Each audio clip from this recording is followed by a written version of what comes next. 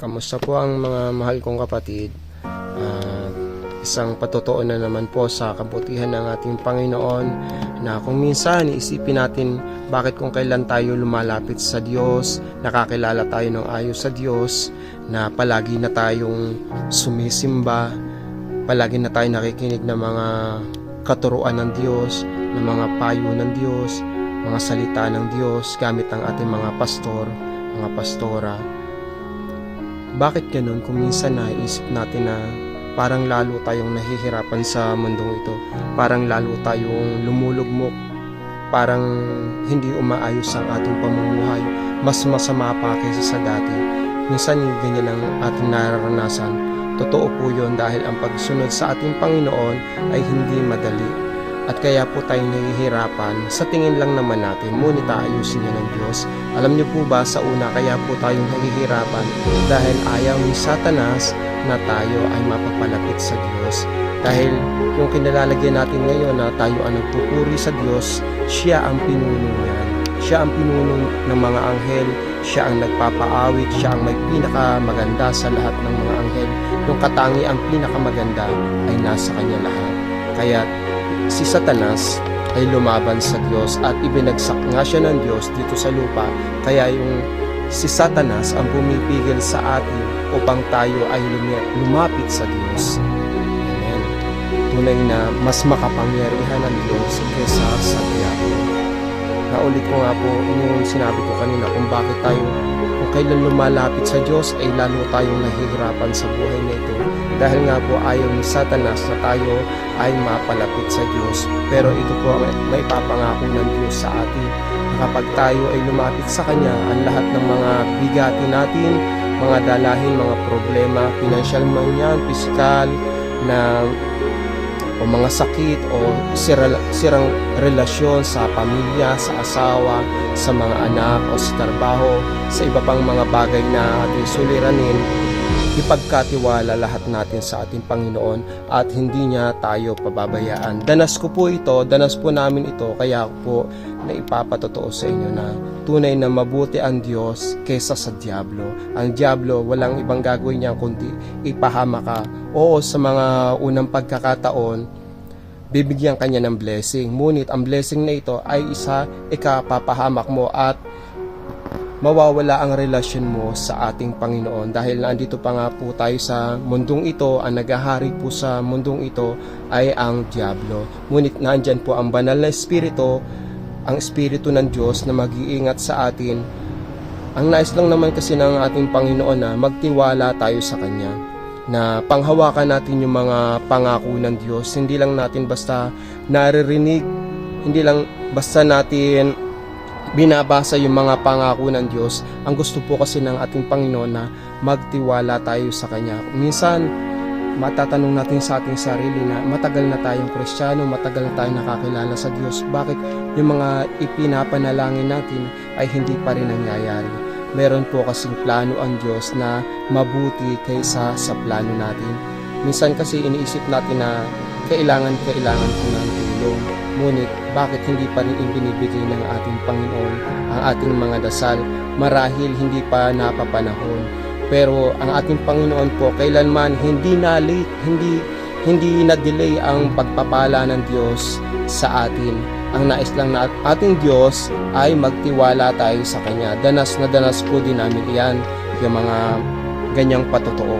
Napakasarap pong magpatotoo na kung ikaw yung nakaranas. Napakasarap pong sabihin palagi yung kabutihan ng ating Panginoon kapag yung mismo nagsasalita ang nakakaranas na tunay nga na lahat ng mga tanong nyo, mga negative na tanong natin sa ating Panginoon ay nagawa ko rin po yan.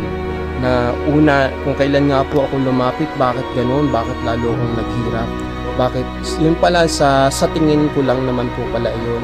Ngunit, pagkatapos ko pong nalampasan namin yung mga pagsubok, doon po ibinuhos ng ating Panginoon yung mga pagpapala. At kahit naman po kami Kristiyano na, kahit tayo Kristiyano na, hindi tayo exempted sa mga pagsubok. Dadanas din ulit tayo ng mga pagsubok, paulit-ulit lamang yan. Ngunit ang maipagmamalaki natin Dahil nga sa tayo ay nakakilala sa Diyos, tayo ay nagtiwala sa Diyos, yung pagsubok natin ay nagiging magaan.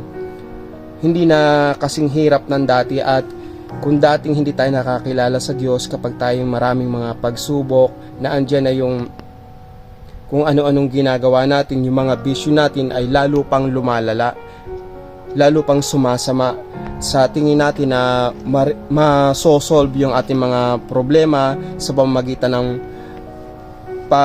pag-take natin ng ating mga bisyo, ngunit hindi po pala yun. Yun po yung mga kaisipan ni Satanas, na kapag may problema tayo na mag-ganyan-ganyan, mag-uminom ng alak, mag-take ng kung ano-anong mga makakasama sa ating katawan.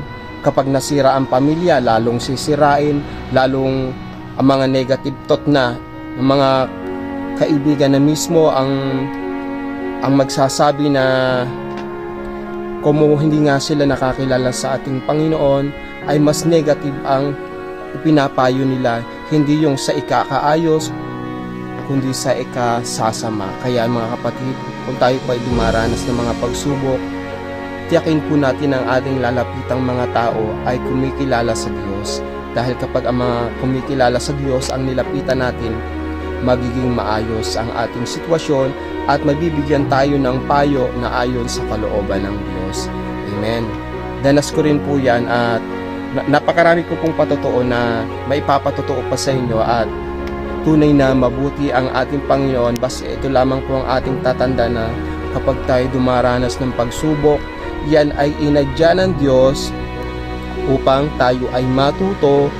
Yan ay inadya ng Diyos, pinahintulutan niya ng Diyos na mangyari sa ating buhay upang tayo ay lumapit sa Kanya.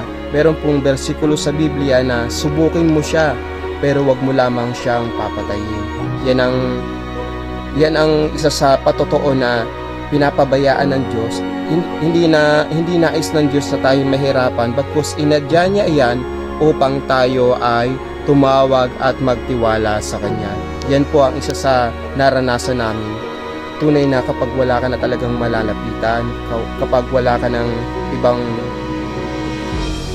ibang mapupuntahan, bakit mo hindi buksan yung Biblia mo at doon mo makakuha yung sagot na nag-aantay lamang pala ang ating Panginoon na tawagin natin siya, lumapit tayo sa Kanya. Simple lang naman po ang lumapit sa ating Panginoon Basahin natin yung Kanyang mga salita, ang Kanyang mga pangako ay panghawakan natin, at tunay na tutugon ng ating Panginoon sa ating mga pangangailangan. Inuulit ko po, ang sagot ng Diyos ay kailanman ay hindi na-delay.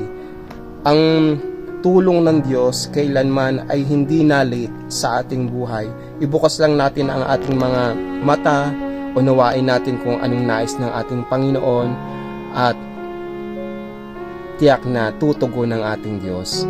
At ipagkatiwala natin sa Lord. Ang gusto lang naman ng ating Panginoon na umamin tayo sa ating mga kasalanan. Ang gusto lang naman ng ating Panginoon na magtiwala tayo sa Kanya. Wala na tayong ibang gagawin kundi magtiwala tayo sa Kanya. Inaadyaan ng Diyos ang lahat ng mga pagsubok, hindi tayo pahirapan, bagkus upang tayo ay maging malakas at matuto sa buhay na ito. Amen. Sa Diyos po ang papuri. Salamat po sa buhay ng bawat isa. Nawa naging kalakasan po ang aking patutuong ito. Ang mga sinasabi ko pong ito ay aming naranasan sa buhay na ito. Mahaba-haba pa ang tatakbuhin ang buhay, kaya tayo po ay magtiwala sa ating Panginoon na kapag tayo nga po ay dumaranas ng mga pagsubok, ang sabi ng ating Panginoon sa mga pangako niya, siya ay tapat at kailanman hindi niya tayo pababayaan ni iiwan. Noon pa nga pong tinubos ang ating mga kasalanan, siya po ay hari. Siya po ay hari ng mga hari. Siya po ay prinsipe, anak ng ating Ama na nasa langit. Bumaba po siya upang abutin tayo at iligtas sa tiyak na kapahamakan. Kaya palagi pong aalalahanin natin ang kabutihan ng Diyos sa ating buhay at tayo ay magtatagumpay sa buhay na ito. Amen. God bless us all po mga kapatid.